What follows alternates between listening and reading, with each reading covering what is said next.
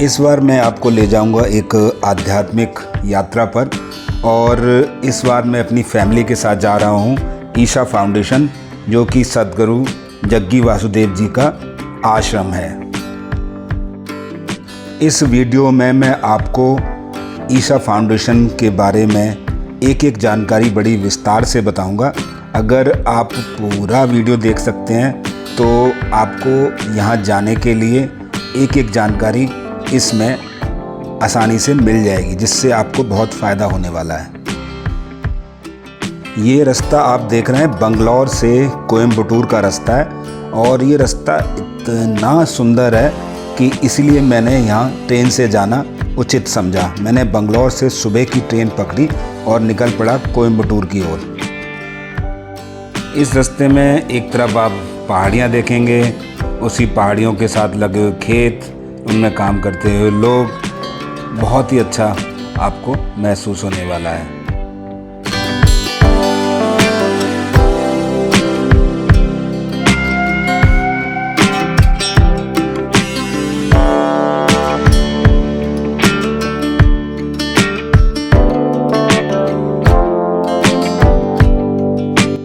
इतना सुंदर रास्ता है कि आप बाहर निहारते रहेंगे, और कब ये रास्ता कवर हो जाएगा आपको पता ही नहीं चलेगा। ट्रेन भी इतनी साफ़ सुथरी है कि आपको बहुत ही आनंद आएगा। इसलिए कम किराए में 6 बजे की ट्रेन बंगलौर से पकड़ लीजिए और आप 12:30 बजे तक कोयम्बटूर पहुंच जाएंगे। शहरों में आप घरों के अंदर पेड़ देखते हैं, जो इस रास्ते की खासियत है। आप यहाँ पर पेड़ों के अंदर घर बने हुए वो देखेंगे। इतने पेड़ हैं कि घर कम है, इसलिए बहुत ही सुंदर रास्ता है। एक बार ज़रूर आप इस रास्ते से जाएं। अगर आप फ़्लाइट से भी आ रहे हैं तो फ़्लाइट आप इस तरह पकड़िए कि आप सुबह कोयम्बटूर पहुँचें और वहाँ से गाड़ी द्वारा 8 बजे तक ईशा फाउंडेशन पहुँच जाएं। बेंगलोर से रात की ट्रेन से भी आप कोयम्बटूर आ सकते हैं, लेकिन उसमें आप जो ये सुंदर रास्ता है उसको मिस करेंगे।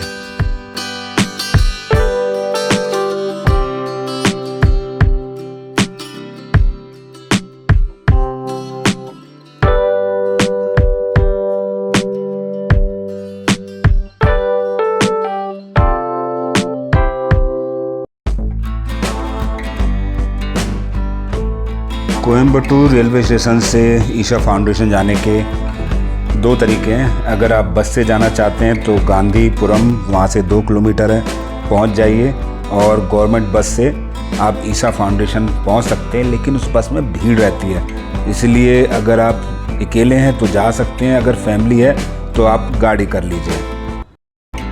4-5 लोगों में गाड़ी अच्छी रहती है। किराया ज़रूर 1200 रुपये लगता है, लेकिन ये रास्ता इतना सुंदर है कि आप आराम से रास्ते को एंजॉय करते हुए जाएंगे अगर आप अपनी गाड़ी से जा रहे हैं। और एक और फ़ायदा है, अगर आप अपनी गाड़ी से जा रहे हैं तो वो बिल्कुल आपको रिसेप्शन पे उतारेगी, और बस करीब रिसेप्शन से 1 किलोमीटर की दूरी पर उतारती है। वो रास्ता आपको पैदल ही तय करना पड़ेगा।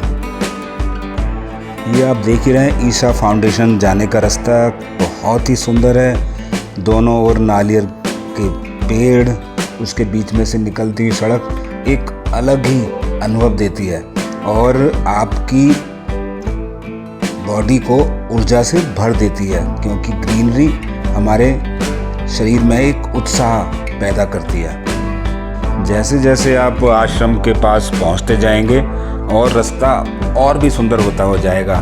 नारियल के पेड़ तो बहुत ही खूबसूरत लगते हैं।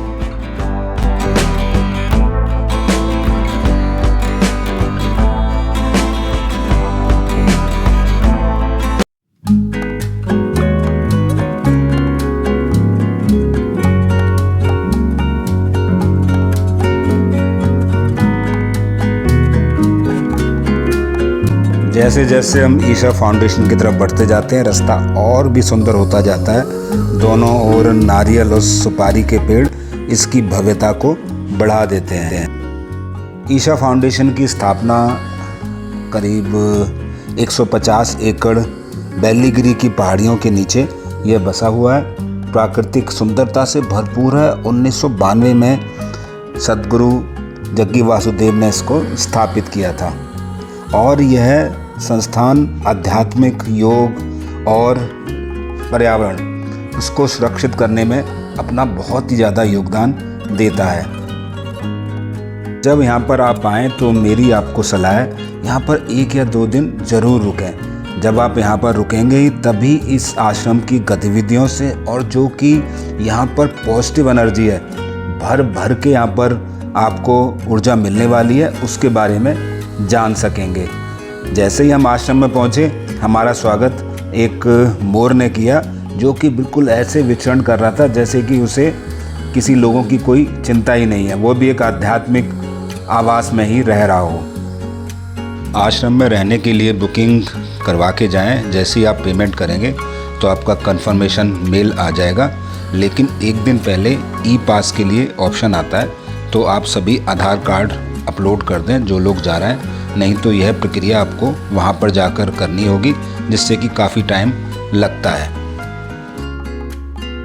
ये आप रहने का नादी कॉटेज देख रहे हैं, जो कि अंदर से बहुत ही सुंदर है और बिल्कुल रिसेप्शन के पास है, तो यहाँ से सभी चीज़ें, जितने भी घूमने की चीज़ें बहुत पास पड़ती हैं। बाकी स्टे थोड़े दूर हैं, पर वो आपको चिंता करने की ज़रूरत नहीं है। वहाँ से बैटरी बस और बैलगाड़ी चलती रहती है, आप किसी बैलगाड़ी में बैठ जाइए और एंजॉय करते हुए भी आप दूसरे स्टे में जा सकते हैं। अगर आप सुबह 7 बजे तक भी कोयम्बटूर पहुंच जाते हैं, तो अगर थोड़ा सा आप सब्र कर सकते हैं तो आप नाश्ता कोयम्बटूर में ना कर ईशा फाउंडेशन के रेस्टोरेंट में करें। बहुत ही बढ़िया रेस्टोरेंट है, बहुत सस्ता भी है और खाना बिल्कुल साफ़ सुथरा है। वो रेस्टोरेंट 8 बजे खुल जाता है और वहीं पर आप फ्रेश हो सकते हैं। Check in counter, help desk सभी 8 बजे के करीब खुलते हैं। वहाँ पर आप चेक इन कीजिए और अपने रूम में पहुँच जाइए। गर्म पानी 24 घंटे नहीं आता, वो आप काउंटर से पूछ लें कि गर्म पानी एक निश्चित टाइम तक ही आता है और आप जाकर आप पूरी तरह से आराम से फ्रेश हो जाइए। 1 घंटा रेस्ट कर लीजिए।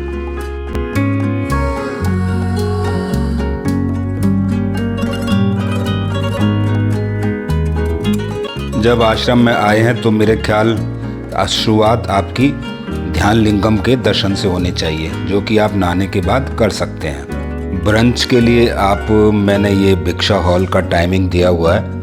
नहाने के बाद आप ब्रंच के लिए भिक्षा हॉल में पहुंच जाओ। इतना बढ़िया ब्रंच होता है और ख़ासकर रागी का हलवा तो बहुत ही टेस्टी होता है। तो आप यहीं पर खाना खाएं और करीब 1 घंटा रेस्ट करें, फिर आगे का प्रोग्राम मैं शुरू करूंगा, उसके अनुसार आप करें। वीडियो कुछ लंबा हो रहा है तो दूसरे वीडियो में मैं आपको पूरा आश्रम घुमाऊंगा, जब तक आप रेस्ट करके तैयार हो जाइए।